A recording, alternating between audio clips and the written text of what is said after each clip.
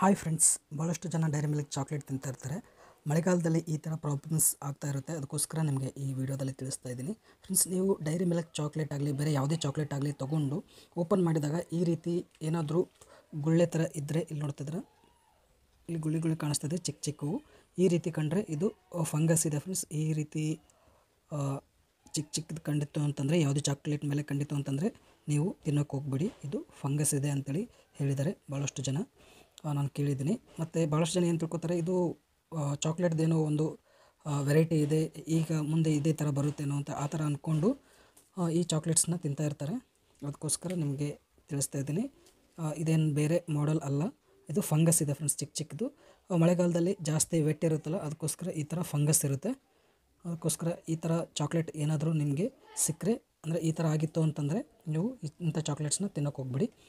ಇದರ expiry date ನೋಡಿದರೆ ಇನ್ನೂ 6 ತಿಂಗಳು ಇದೆ ಎಕ್ಸ್ಪೈರಿ ಆಗೋಕ್ಕೆ. ಆದರೂ ಕೂಡ ವೆಟ್ ಇದೆಯಲ್ಲ, ಅಂದರೆ ತೇವಾಂಶ ಇರುತ್ತಲ್ಲ, ಅದಕ್ಕೋಸ್ಕರ ಈ ರೀತಿ ಆಗಿರುತ್ತೆ. ಇಂಥ ಚಾಕ್ಲೇಟ್ಸ್ ನಿಮಗೇನಾದರೂ ಕಂಡ್ರೆ ಇಂಥದ್ದು ತಿನ್ನೋಕೆ ಹೋಗ್ಬಿಡಿ. ಇದು ಫಂಗಸ್ ಇರುತ್ತೆ ಇದರಲ್ಲಿ. ನೋಡ್ತಾಯಿದ್ರೆ ಚಿಕ್ಕ ಡಾಟ್ಸ್ ಇದೆ, ಇದೆಲ್ಲ ಫಂಗಸ್ ಇರುತ್ತೆ, ತಿನ್ನೋಕೆ ಹೋಗ್ಬಿಡಿ. ಫ್ರೆಂಡ್ಸ್, ಈ ವಿಡಿಯೋ ಇಷ್ಟ ಆದರೆ ಪ್ಲೀಸ್ ಲೈಕ್ ಮಾಡಿ. ಚಾನಲ್ಗೆ ಸಬ್ಸ್ಕ್ರೈಬ್ ಆಗಿಲ್ಲ ಪ್ಲೀಸ್ ಸಬ್ಸ್ಕ್ರೈಬ್ ಮಾಡ್ಕೊಳ್ಳಿ. ಇದೇ ರೀತಿ ಯೂಸ್ಫುಲ್ ವೀಡಿಯೋಸ್ ನಾನು ಅಪ್ಲೋಡ್ ಮಾಡ್ತಾ ಇರ್ತೀನಿ ಚಾನಲಲ್ಲಿ. Thank you friends, thank you very much.